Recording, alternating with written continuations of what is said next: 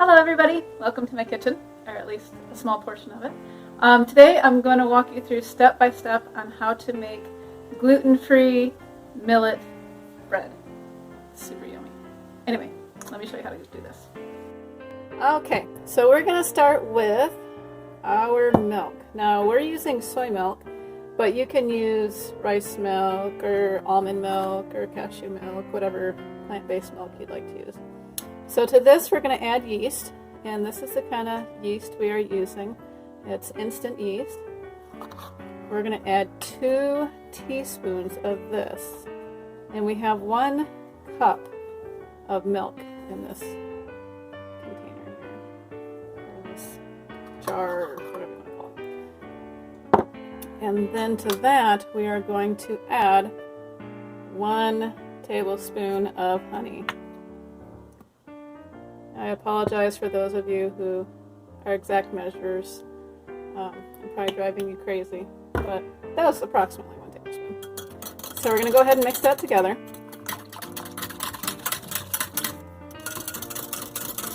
Now, the reason why we mix these together separately from everything else is this allows the yeast to proof, and it's going to shorten the raising time. Now I'm going to go ahead and set this aside. The next thing we're going to do is we're going to make our flax eggs. Now for each egg that you're going to replace in the recipe, you would use 1 tablespoon of flax to 3 tablespoons of warm water.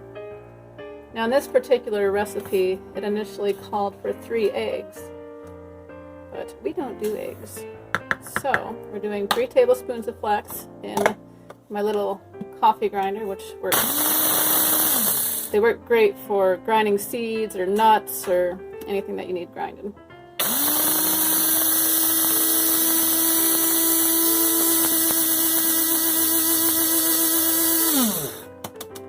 Tap that down. I'm going to put this into a bowl. And I am going to add 9 tablespoons, which is just over half a cup, 9 tablespoons of warm water to this. I'm just going to mix this, and I'm going to set this aside.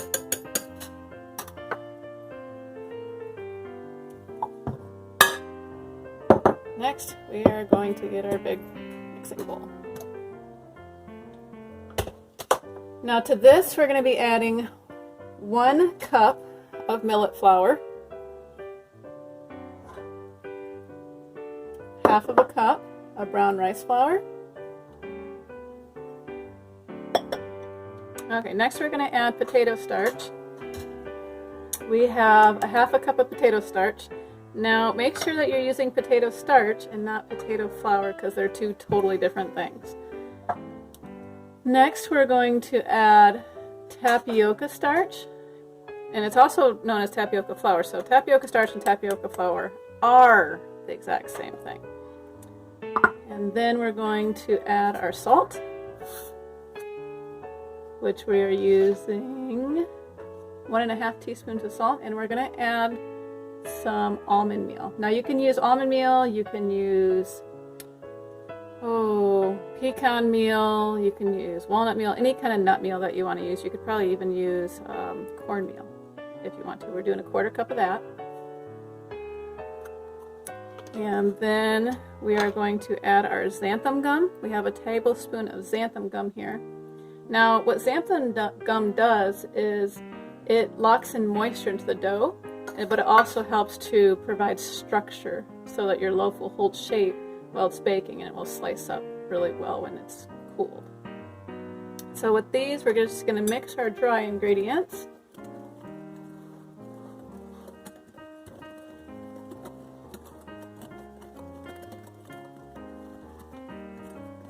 And then we're going to set this aside.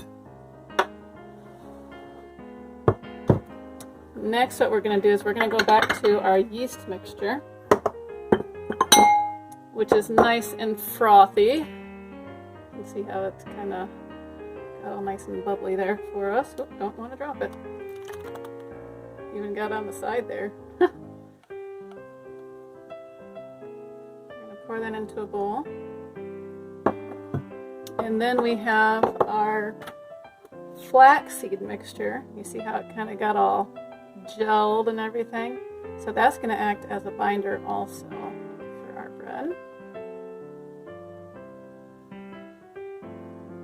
Now to that, we are going to add a teaspoon of lemon juice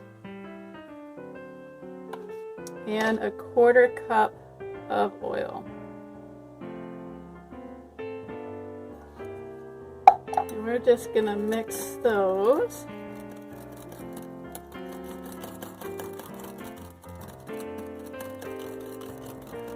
Until they're all nice and mixed together.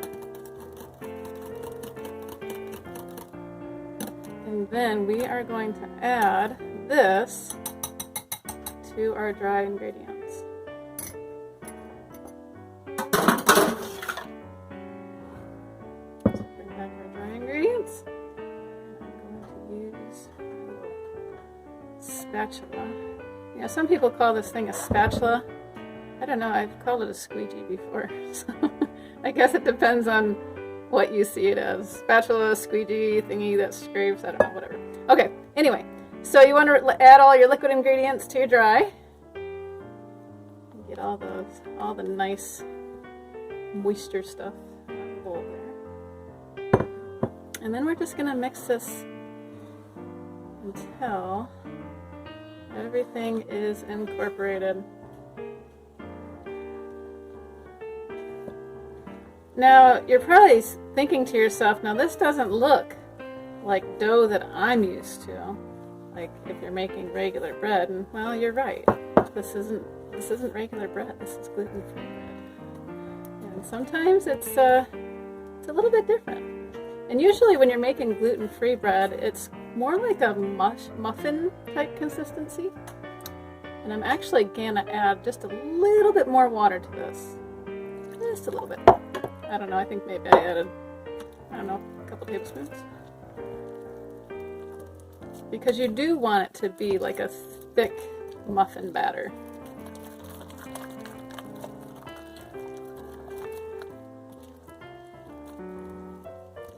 It's like real nice and gummy and sticky, and if you got your hand in there, oh, you'd have a big mess on your hands. Alright. Okay, so now what we're going to do is we are going to put this into our pan. Now I have a 9x5 baking dish here, and you can use a metal one. I've always liked glass though, because it seems to cook more evenly and it seems not to get like hot spots. So I'm just gonna oil this real quick, and then I'm going to scoop the dough into it.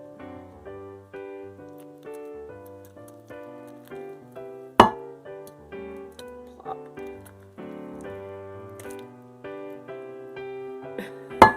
You see, it's very like sticky and tacky. This is something that if you have little kids, they would love to get their hands into it. Now, the one way gluten-free dough is different is one, you don't have to knead it a whole bunch. And two, it takes on whatever shape you leave it in. So if I left it like this, it's going to be all bumpy and uneven and everything. So if I want a nice looking loaf, I'm just going to smooth it out. Okay, so what I'm going to do to smooth this out a little bit better is I'm going to get my hands wet, and I'm just going to make this nice and smooth. Now you can make a flat loaf if you want, or you can make it more domed, where you push the sides in and then you have the middle kind of have that rounded look to it. I usually prefer the rounded look. And then what I'm going to do with this is I'm going to put it into a warm oven. Now what you want to do is you want to heat your oven up to warm, and that's usually about 170 degrees. And then when you're ready to put this in, you want to turn your oven off and let this rise for approximately 30 to 40 minutes. And once it's about to the top of the pan, you're going to take it out of the oven and let it sit while you preheat your oven to 350. And then you'll let it bake for anywhere to 40 to 45 minutes. So I'm going to go ahead and put this in the oven and let it rise, and then I will let you see what it looks like after it's done rising. All right. We've had this in the oven for about 40 minutes on warm. Remember, we warmed the oven up and then we turned it off right before we put it in. Ooh. You can see it's just about to the top of the loaf. So what I'm going to do now is I'm going to turn my oven on at 350, and once that is preheated, I'm going to go ahead and put this back into the oven, and I'm going to let it bake for 45 minutes. Alright, the bread has been in the oven for about 45 minutes, and I am going to take it out now. So I'm going to put my cooling rack right there. Oh yeah. Yummy bread. Flip it out on there. Doesn't that look delicious? I just love homemade bread, especially when it's gluten-free, so I can eat it. So what I'm going to do is I'm going to go ahead and I'm going to cover it with a towel. I'm going to let it cool down a little bit. And the reason I'm covering it with a towel is to keep some of the moisture in there. So I'm going to let this cool, and then I will slice it up and let you take a look. Alright, bread is nice and cool. Well, it's still slightly warm, but that's okay because I am so ready to try this. So I am going to go ahead and slice this for you. Homemade bread. Alright. Oh yeah. Nice crust. It's not too hard, not too soft. Oh yeah, look at that. Delicious. I mean, look at the texture on that. Just like perfect, yummy. Yeah. Oh yeah. That's really good. It'd probably taste even better with like some butter or jelly or peanut butter or honey, or I don't know, it tastes pretty good just by itself.